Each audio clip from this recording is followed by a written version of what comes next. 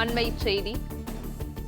அண்ணா பல்கலைக்கழக வளாகத்தில் பலாத்காரத்திற்கு ஆளான பாதிக்கப்பட்ட மாணவி அவசர உதவி எண் 100க்கு நேரடியாக தொடர்பு கொண்டு புகார் அளித்ததாக அமைச்சர் கோவி செழியன் விளக்கமளித்துள்ளார்.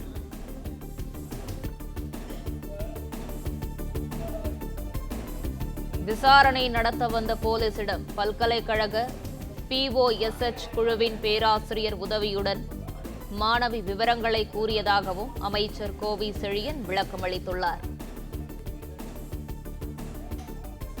அண்மை செய்தியாக பார்த்து வருகிறோம். அண்ணா பல்கலைக்கழக வளாகத்தில் பலாத்காரத்திற்கு ஆளான பாதிக்கப்பட்ட மாணவி அவசர உதவி எண் 100க்கு நேரடியாக தொடர்பு கொண்டு புகார் அளித்ததாக அமைச்சர் கோவி செழியன் விளக்கமளித்துள்ளார்.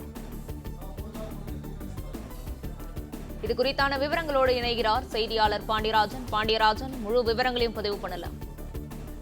சென்னை கிண்டியில் உள்ள அண்ணா பல்கலைக்கழக வளாகத்தில் இன்று காலை உயர்கல்வித்துறை அமைச்சர் கோவி செழியன் அவர்கள் செய்தியாளர் சந்திப்பில் ஈடுபட்டிருந்தார். அப்பொழுது மாணவியினுடைய அந்த புகார் குறித்தான அந்த தகவல்கள் பரவி இருக்கக்கூடிய நிலையில அண்ணா பல்கலைக்கழக வளாகத்துல கடந்த குற்றம் தொடர்பாக பாதிக்கப்பட்ட மாணவி காவல்துறை அவசர உதவி எண் 100க்கு நேரடியாக தொடர்பு கொண்டு புகார் அளித்திருப்பதாக விளக்கம் அளித்திருக்கிறார்.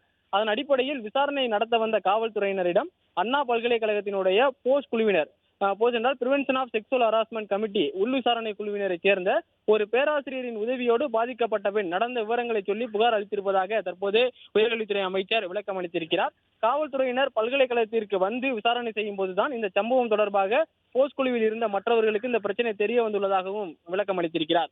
அதை வைத்துதான் போஸ்ட் குழு நேரடியாக புகார் அளிக்கவில்லை என அவருடைய அந்த செய்தியாளர் சந்திப்பில் அவர் தெரிவித்திருந்ததாகவும் அது தவறாக பொருள்படும்படி எடுத்துக்கொண்டிருப்பதாகவும் உயர்கல்வித்துறை அமைச்சர் கோவி செழியன் தற்போது அவருடைய வலைதள பக்கத்திலே இந்த பதிவேற்றிருக்கிறார். இன்று காலையில் செய்தியாளர் சந்திப்பின் பொழுது நேரடியாக மாணவி புகார் அளித்தாரா அல்லது போஸ்ட் குழுவினுடைய